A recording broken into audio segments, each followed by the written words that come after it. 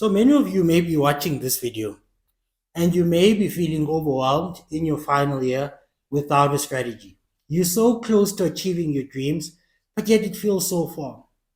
Like everyone, I too was in this position. I was at a point where I moved from a trick where I was getting numerous distinctions and doing very well. I followed that up also in my first year. But at some point in my third year, I was struggling to the point of even failing. What had happened? I realized that my talent wasn't enough. I had to tap into my academic potential and find the right strategies that were going to help me navigate university. Hi, my name is Okandi Mshungane, Chartered Accountant and Learning Strategies. And in today's video, I'll be taking you in a step-by-step journey on my learning strategy and what helped and worked for me. And hopefully you can apply some of these principles in order to assist you in your journey. In this video, we'll be talking specifically about my strategy, which involves the importance of going to classes. Then secondly, we'll be unpacking the 24-hour rule and how we actually go about setting our timetable. Thirdly, we're talking about having a strategy for tutorials and practice questions. And then we'll segue and look at the importance of consulting and how you can consult correctly. Fifthly, we will then look at the importance of basically staying true to yourself and rinsing and repeating the process in what we call the Monday rule. And lastly, we're talking about how do you hold yourself accountable to remember your why so that you can be disciplined to follow through. Make sure you watch till the end so that you can get the maximum amount of benefit and knowledge from this video. Now, let's go straight into it. When I was at my lowest, on the brink of failing in my third year and really having to tap into something more significant, there were four fundamental questions that I had to address. Now, the first question was, I knew that I was struggling with time. Time was an issue. I always felt behind. I always felt like there was not enough time in a day, not enough hours. So I needed a strategy that I was going to deal with that. Another thing that was also a challenge for me, and perhaps to you too, is that the information was just way too abstract. It felt as if it was too technical. I couldn't relate to it. And as a result, I found it difficult to study or even apply those principles in exams. The third thing is that I was in this constant cycle of working harder. In fact, I actually worked harder in my third year than I did in any previous year, yet here I was failing dismally. What was happening? And fourth, I needed to find a purpose so that I understood the bigger picture and why I was doing this. Now, in doing that, I then implemented my strategy. And the first step in my strategy was understanding the importance of going to classes. Let's face it, when I was still a poor student, classes for me basically was a tick box exercise. What this meant is I felt the moral obligation to attend because, of course, my parents wanted me to attend, my funders wanted me to attend. So I was doing it for everybody else except myself. That's why when I would enter into a classroom, I seldom got any benefit from it. I wasn't paying attention, and I really felt like I was wasting my time in there. When I started transitioning to being a good student, I had to understand the importance of using classes effectively.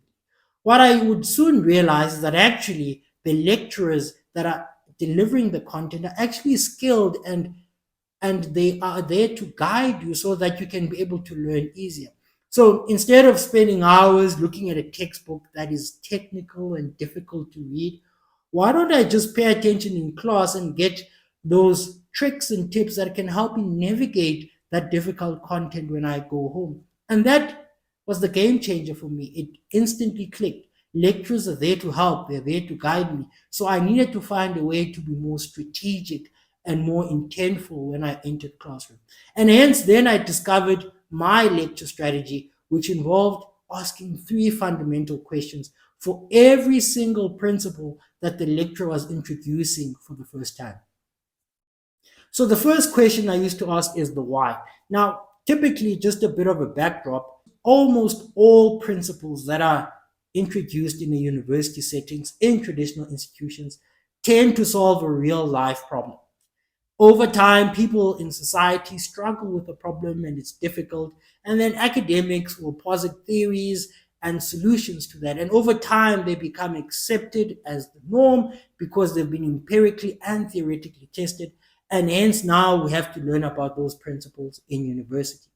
So the biggest thing that I had to understand is that if I wanted to make the content more relatable so that I could memorize it and understand it for longer periods of time, I needed to understand what problem it was solving, i.e., what was the why behind it. The minute I started asking myself, what problem is this principle solving? I could then instantaneously see why the principle was being taught, as I could position it as the solution. Once I realized that, then it became more relatable to me. I could relate it to a real life experience, and therefore I could memorize it and understand it for longer periods of time. Even if the subject is abstract, always try to understand what is the problem is this principle is trying to solve. And you can even create your own stories and own abstract stories. Visualization is actually a key tool to be able to understand content better and relate to it. The science is very clear on it. So make sure that you picture it in your own words, in your own sayings, so that by the end, even if it's abstract, you understand the solution of the principle and what problem it's trying to solve so that you can better understand it. The second thing I then needed to understand was the trigger. Now, when I was still a poor student, I would go through my exams and tests, and I wanted to figure out what is actually causing me to do badly. I then realized that in most instances, when I was attempting questions, I actually was good at it. I could able to apply the principles. I was able to understand this is what I need to do. But where I was really battling and struggling was the fact that there would be a set of circumstances or a scenario, and I would not identify the principles that were required to address that issue. So there was the risk, looking at a scenario and not being able to pick up the correct principles that need to be applied, or in some instances, incorrectly applying principles that I thought were applicable when in actual fact they weren't. So it then hit me, if I'm going to class and I want to get the best advantage so that I'm able to excel in tests and exams, I actually need to understand what the trigger is. So, in effect, I then took the time to say, okay, for every principle that's actually introduced here, I need to actually understand what is the clue, what is the set of circumstances, what are the key words that I need to look out for to know that it's time to apply this principle. Once I realized that, then it became like a eureka moment because now every time I'd go into tests and exams, I actually knew what the triggers were. So therefore, I was able to apply the correct principles and do well. So that's very important. The third thing that I then had to understand is the how, which is application. Now, the majority of us are actually programmed from the traditional high school system to be able to apply principles. That's not the issue. So in effect, it's a bonus if you're able to get the application, but most of the application and the how of how the principle applies will be done when you do your post reading. Now, once I had answered all these three questions, I was then in a better position to use this information to learn quicker and to be able to memorize information for longer periods of time so that I could excel in my testing exams. But attending classes wasn't enough. I then had to deal with this monster of procrastination and often putting things to the end and always finding myself under pressure. So then one of the key tools I then used was implementing a timetable and applying the 24-hour rule. Now, if most of you struggle with this phenomenon of being able to do something when you're supposed to, i.e., procrastination, what you must then realize is that the biggest hindrance for you to achieve those things is that first step. That tends to be the most difficult step, trying to implement something for the first time. So the best way to be able to deal decisively with procrastination is actually put a plan and have a timetable. Now, what I used to do is that from Monday to Sunday, I actually detailed each and every activity that I had to do. So from all my classes, from when I had all my tutorials, from when I had to eat, when I had to wake up and sleep. And that was key for me, right? Waking up and sleeping at a consistent time was my way to be able to develop habits to be able to do well, which is the key if you want to become successful. And then I would incorporate rest as well because you need to rejuvenate. Very important that sleep is critical for this strategy to be able to work.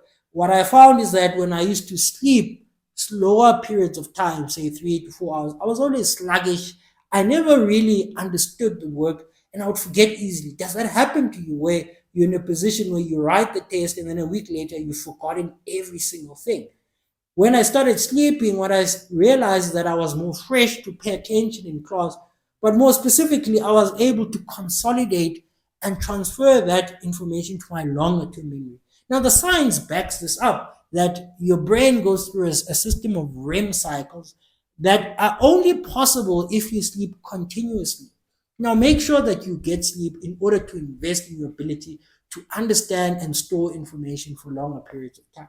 Now, if we go back to my timetable, then once I'd installed and put every single activity that I'm supposed to do for the week, the next step was to find the gaps. Now, within finding the gaps, I had to implement post reading. Now, I used what I call the 24-hour rule to post read. And how I actually discovered this is that when I was still a poor student, I realized that I would spend a significant amount of time actually looking at a textbook and trying to understand the information. In some instances, I would spend the whole day looking at one single learning module. It was simply not sustainable. This is why I was always feeling under pressure, the problem of not feeling like there's enough time in a day. But then, as if like a miracle, I realized that in some instances where if I would study the information closer to when the classes occurred, I would remember what the lecturer was saying. So then I was able to recall the information and study quicker, as opposed to if I only studied 4 weeks after the lecture was commencing with the information. So then it hit me. If I wanted to learn quicker and consolidate information more effectively, I needed to post read closer to the lecture time. In fact, within 24 hours to be more precise. It's then when I started realizing that, then it was now I was always up to date with my work. I would then look at my timetable, for example. Let's say I had a class from 8 to 10, and then I would look for gaps, say, let's say 10 to 12. There's nothing that I'm doing. I would immediately post read whatever was covered in the class from 8 to 10. The consolidation of that work between 10 and 12 meant that I'd covered everything that was covered in the class within that two-hour period. This is how I was able to keep on top of my work. I would continually throughout the day look for these similar gaps and start to post read whatever was covered in the class so that by the end of the day, when I was ready to sleep, I was actually done with all the work and I had consolidated everything that was covered in the class. Now, I know what you're thinking, but Tanti, what happens if I'm in a position where I've got a busy day, I don't have any gaps, so therefore I'm in a position now where I can't really do what you say? Well, that's why we call it the 24-hour rule. It doesn't mean that you have to study everything the same day.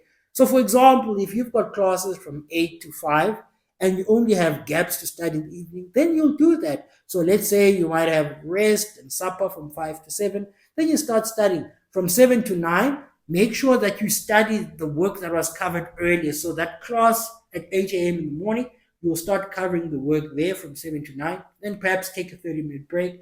Then again, the class between 10 and 12 will then cover that work from 9:30, 11:30 before you sleep. Now, as you do that, what ends up happening is that you start consolidating the information and you're in a better position at the end of the day.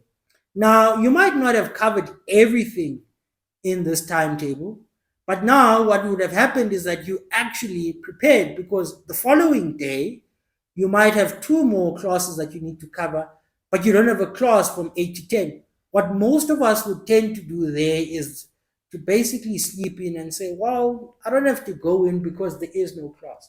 However, in my strategy, because I used to sleep and wake up at a consistent time, I was then able to identify another gap to say 8 to 10 is an opportunity for me to post read the third set of lecture material, which was covered maybe from that afternoon session. And in that way, I was able to be on top of my work and every time be up to date, because I was always looking for these gaps throughout my timetable where I would be able to consolidate the information. I became so good at this that by the time Friday hit, I was already done with all the work that was covered that week. In some instances, I was so prepared that I was even able to plot in some work to do tutorials. So then, when I was done with the lecture content for a subject and there was free time that I identified in my timetable, I would then slot in the time to do tutorials already so that I could be well on my way to being up to date with the week's work before even the weekend occurs, because the weekends for me was more of an opportunity now to do a lot of the questions. So try that and make sure that you implement the 24-hour rule as you set your timetable. The next thing that was critical is that it was one thing to post read and apply the 24-hour rule, but what I found that the majority of the learning took place when I actually did the tutorials under exam pressure. And this was the third important element, timetable and my strategy in totality. Now, to understand why doing questions and tutorials is important in the learning process, you need to understand, broadly speaking, how the brain consolidates information. Now, there's a phenomenon called spaced repetition. Now, what spaced repetition posits is that usually when you get introduced to information for the first time, it'll tend to be abstract and difficult to understand. However, the more you get exposed to that same piece of content over a period of time in regular intervals, the more you become familiar with, and therefore you then get into a position where you actually start understanding and memorizing that information for longer periods of time. Now, the same concept is true for tutorials. When you do tutorials, you're actually testing your knowledge in the content that you've covered when you have post read. Now, what this does is that when you do the tutorial under exam pressure or the practice question, then you might get something wrong. The question is, why did you get it wrong? And there might be a myriad of reasons why you got it wrong. Firstly, it could be maybe you didn't understand the context or the principle correctly from the lecture material. This just means that you need to go back and perhaps look at that material and see where you missed it. In some instances, it could be that you made a silly mistake. Therefore, you'd keep a logbook of all these mistakes so you don't repeat it again. The third instance could be you actually don't know what's going on. You missed it completely. Then you'd go and consult with your lecturers and your tutors. Regardless of what the reason for you not getting the answer was, at the end of the day, you had this constant cycle of doing the question under exam pressure, then going back to material, doing a second question to learn from it, and then going back. That back and forth between doing questions that are prescribed for the week and then going back to your lecture material was actually a form of spaced repetition. This is why by the end of the week, if I had done all my tutorials for all the subjects, I actually understood the work. There was no need for me to actually memorize the information anymore. It became second nature. I was one with it. So therefore, even if you woke me up in the middle of the night and asked me to write this test for this content, I was actually in a position where I could do well in it because I understood the principle so solidly. So that is a key thing that I also implemented. The fourth thing, and I guess the most important, is consulting. Now, consulting is often underestimated by many people, but it's one of the key tools if you want to be effective in your studies. Now, if we go back to the learning cycle, we've already talked about the importance of going to classes, setting a timetable for yourself, and then we also looked at tutorials and how they can be effective in consolidating the work you're doing.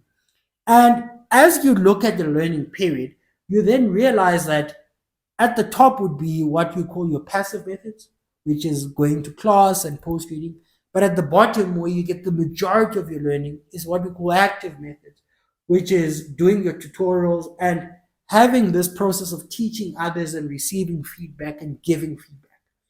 Now, once I realized that then consulting became so important because I knew that it was part of my process of learning and consolidating information.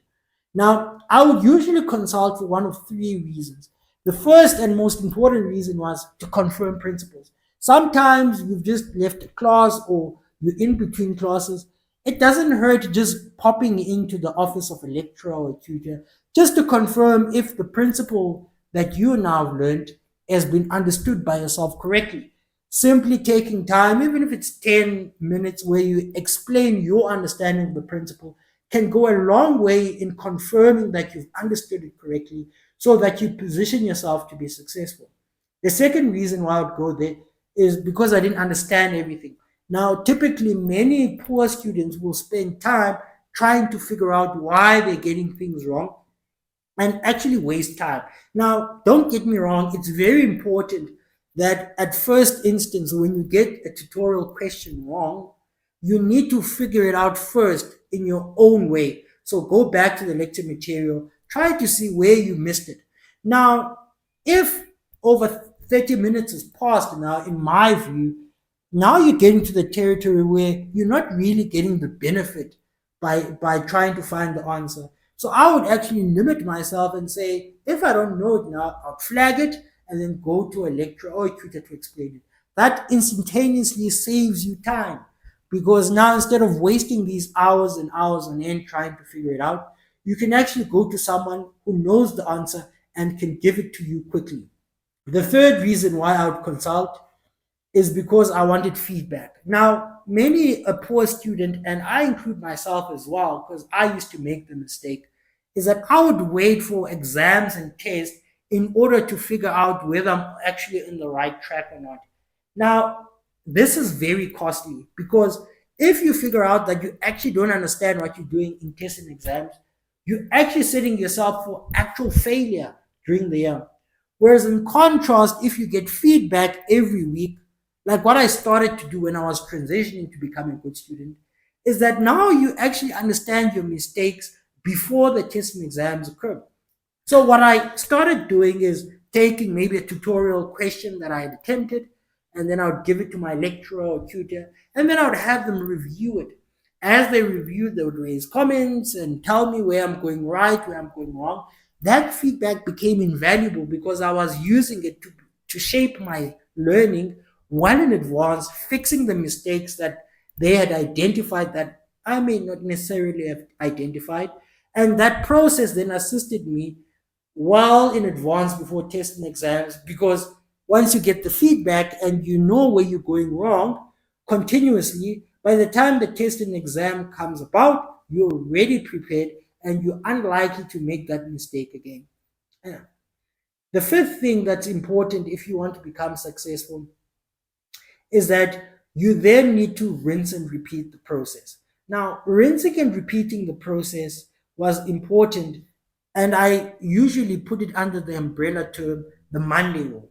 Now, what the Monday rule basically was about is that every Monday I needed to be in a position where I was so prepared that I could write a test for all the content that was covered that week by a lecturer. Now, what this did, it artificially created pressure in such a way that I was already motivated to do well, right? Because I knew that if I'm writing a test, I'm more likely to put in 100% or more effort as opposed to if the test is far away. So if I trick my brain into believing that there's a test on Monday, I'm more likely to work more intensely to order to achieve the goals I've set myself for that week. As I did that every week, trying to tick off and understand that, yes, I've done all my post reading, I've done all the prescribed tutorials, I've consulted within that week. I actually was in a position now to be able to write concept tests and surprise tests without actually studying. And to the point that at the end of the academic period, when classes were finished, I was actually prepared and ready to write the exams. So when most students would use the academic study period to basically study the information, I was using that period to understand where the difficulties potentially would be in the test, understanding where the tricks and curveballs that the lecturers are going to try to introduce. So I was already elevating myself to do well in the test. And that was the key in order for me to become successful now, being prepared well in advance for those tests and exams.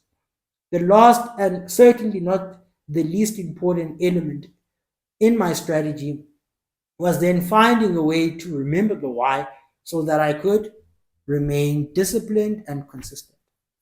Now, at the core of discipline is enjoying what you're doing. Let's face it, if you enjoy what you're doing, you're more likely to be more productive.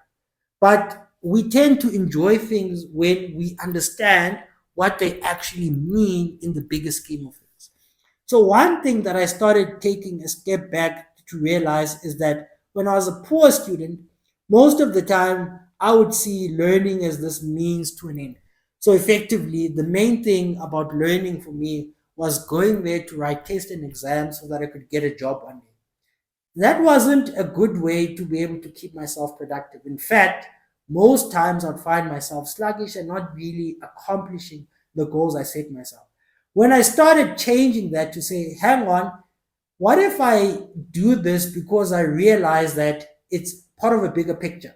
So my bigger picture was I wanted to be an entrepreneur and start businesses. So every time I now entered into a text lecture or an audit lecture, I then try to see, okay, here's the principle. How can this principle help me one day in my business?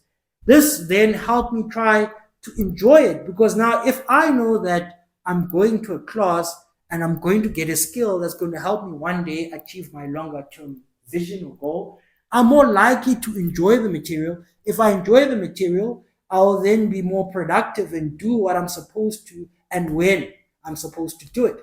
And that's what I encourage you to do. Understand what is your longer term vision and then try to find the match between what you're learning in class and your longer term goals. It's finding this relationship between the two that will naturally give you that motivation to want to do the work instantaneously and to achieve those goals. Also, rely on your family and friends because they can be a source of inspiration and support that you can lean on in order to become successful. Hopefully, this was helpful to you and you now understood my strategy that helped me conquer Wits and become a chartered accountant. Let's chat in the comment section. What section did you enjoy the most out of my strategy? Perhaps you have a strategy that you could recommend for the community. Let's discuss it in the comment section. Until we meet again, I believe in you. Remember that you can do it. Thank you and bye.